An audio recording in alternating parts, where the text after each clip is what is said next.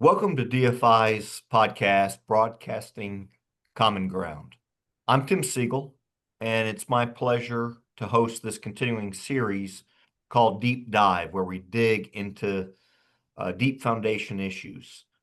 This is part 2 of our episode with Anne Lemnitzer. Part 1, and you can watch that, was on laterally loaded piles and drilled shafts. This part 2 will be on drill displacement piles and Anne's research. Anne, welcome. Thank you. Thank you for having me back. It's great to have you back. You did such a great job on part 1. I look forward to this part 2.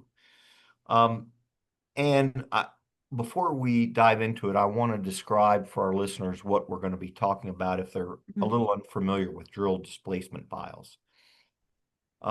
Drill displacement piles are known by a couple of different names. One of them is omega pile.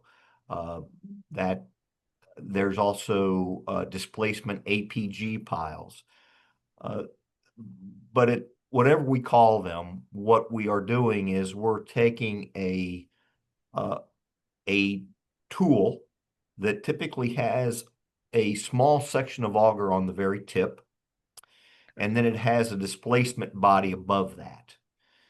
And then it has a solid stem all the way up, and it connects to a European rig or drilling platform that is capable of exerting a great deal of crowd and to advance this displacement tool into the ground without returning any cuttings to the ground surface.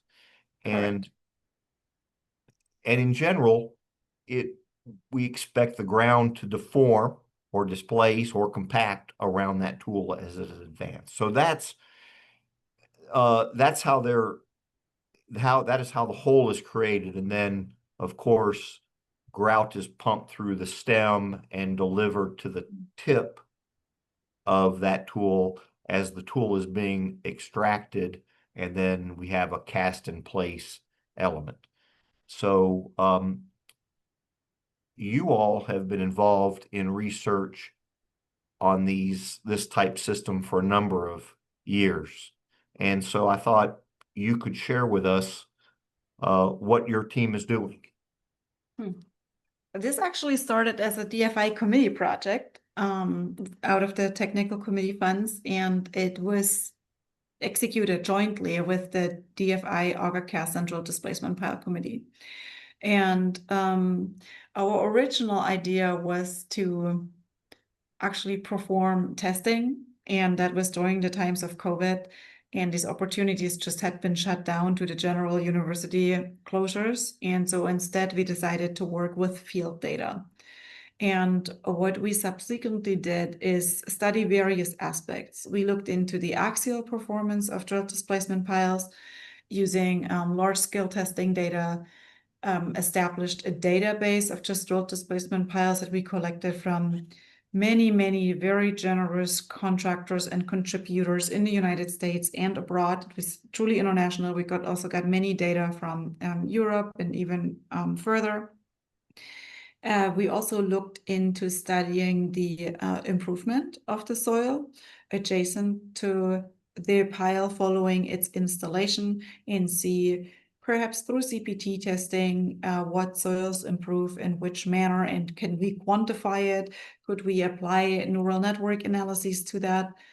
And just recently we have been working on updating the axial load capacity method to expand it beyond, for instance, the Bustamante and Giannizelli parameters, and the limited set of data that perhaps they derive their method on. And so we've been working on developing a modified or a new method, including measurement while drilling data collected as the drill displacement pile is installed. So that's a lot of it's a lot of work, and I have to say it has been quite a few years. So yes, this was a very long PhD, and I was very fortunate to have a very good student, and now starting in August, a very fun colleague to do this with. Very nice. Could you share with us some of the key points that you discovered during your research. One of the things I'll kind of cue you. One of the things that you had mentioned was what kind of soil was most amenable Yeah, densification. yeah. So that was a study where we really looked into before and after CPT testing that was conducted in a variety of spatial distances away from the pile. And everyone thinks right away, oh, my sand, my clean sand is the one that I want to install the drill displacement pile and it improves the most. But we ended up splitting the soil profiles a little bit further. And we used Peter Robertson's soil behavior type index that is associated, with the CPT. And he divides it in the 4 categories: the sands, the sand-like soils, like the silty and sandy silts, and then it goes into clays.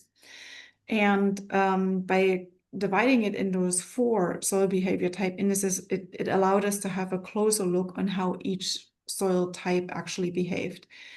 And to our surprise, and contrary to the expectations, we saw that even over time, several clay profiles improved substantially, even up to a factor of 2 or 3. However, there's very limited test data available because by default, contractors don't like to install drill displacement piles in clays, right? Because it doesn't make sense traditionally. But there was some improvement visible that's pretty much associated with, just dissipation effects and densification effects. But in terms of sandy soils, it was actually really interesting that it was not the clean sands that improved the most. It was the sands that had a measurable fines content, namely a fines content between 15 and 30%. And those showed a higher improvement than my clean sands. And I don't know if you want me to explain why that is, but Yeah, tell us why. yeah. I mean, yeah, tell us. It goes back to our deep days in soil mechanics. But we think it really is a similar effect that we have with that critical void ratio.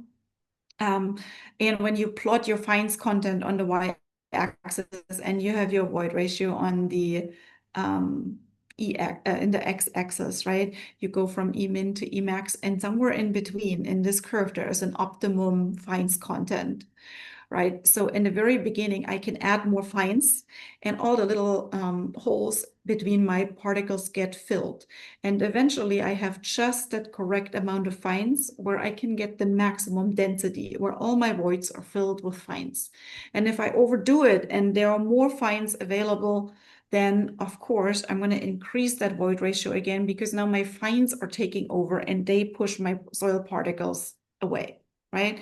So that concept of optimum fines content, I believe, is somewhat similarly here at play. A certain amount of fines really helps when we try to densify soil, whether that's vertically or laterally. And our data clearly showed it that those soils that had between 15 and 30% of fines content improved better than our purely clean sands.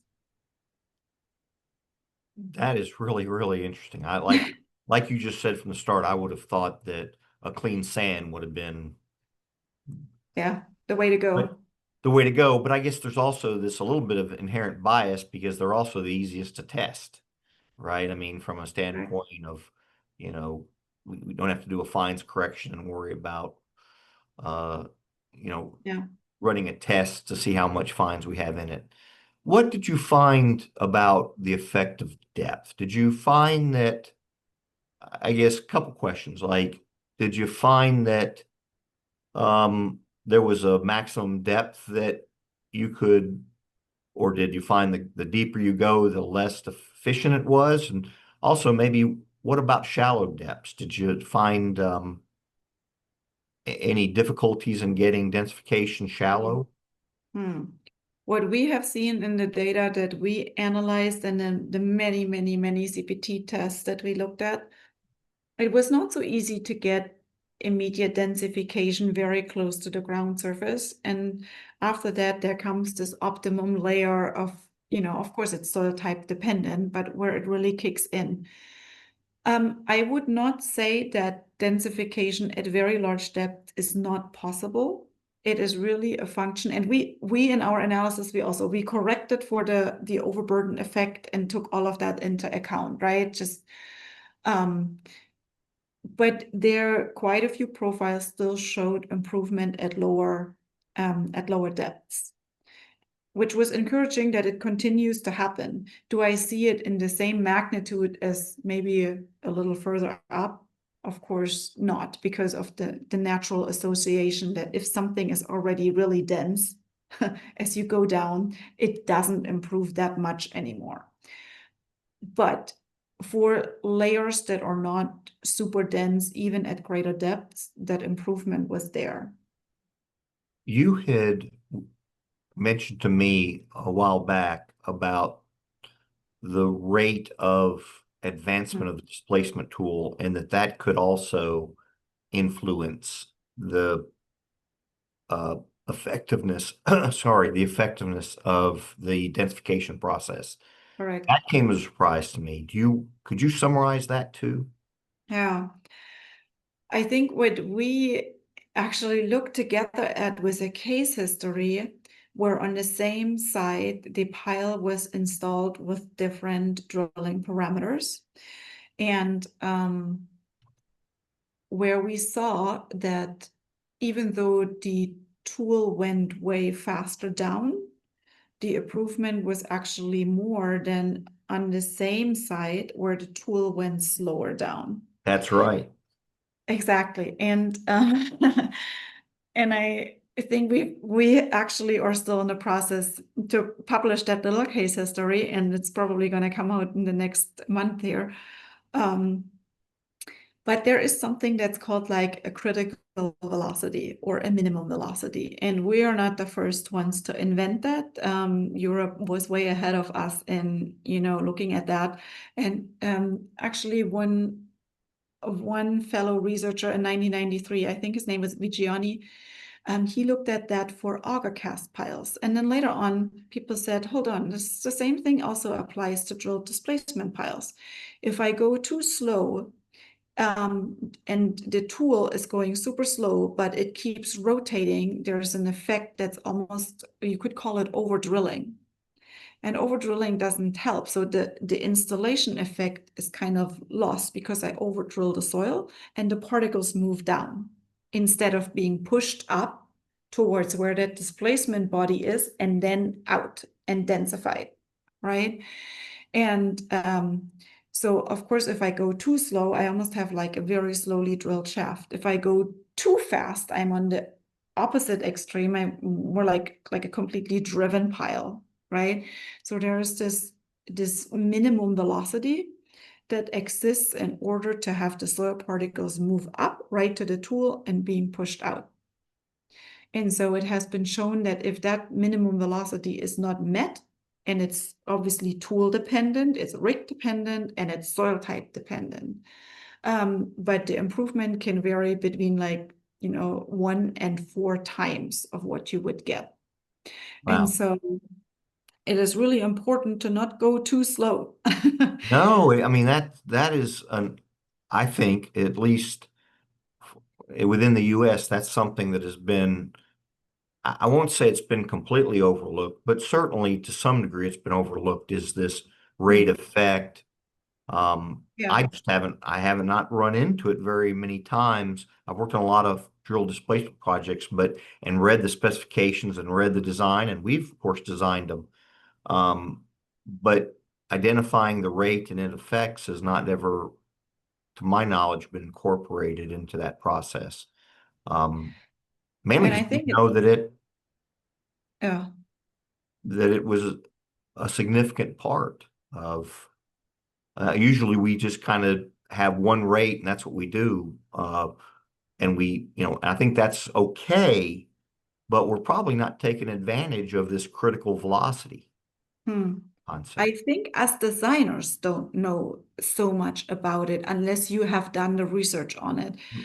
I believe maybe a contractor will see it more often when looking and comparing before and after profiles and looking at those MWD measurements. That is Because probably they have true. it more on their radar, right? But for like your designer just sits in the office and might not look at all that background, I think that's a critical thing. And then, as I said, you almost have to work together with the company to have it rig specific, tool specific amongst the various DDP tools, and then soil specific. And I think that combination would allow us researchers, or in collaboration with the contractor, to really develop those parameters to get the maximum densification with the respective tool.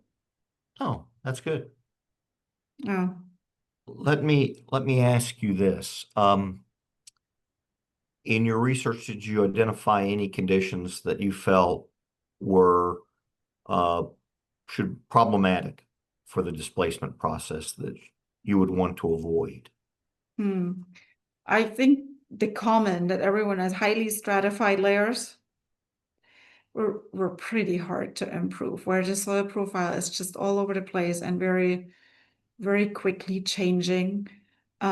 Those almost showed no improvement, even on those tests that were done where time elapsed and you give it some time, poor pressure dissipation, everything happened, and even those didn't show a lot.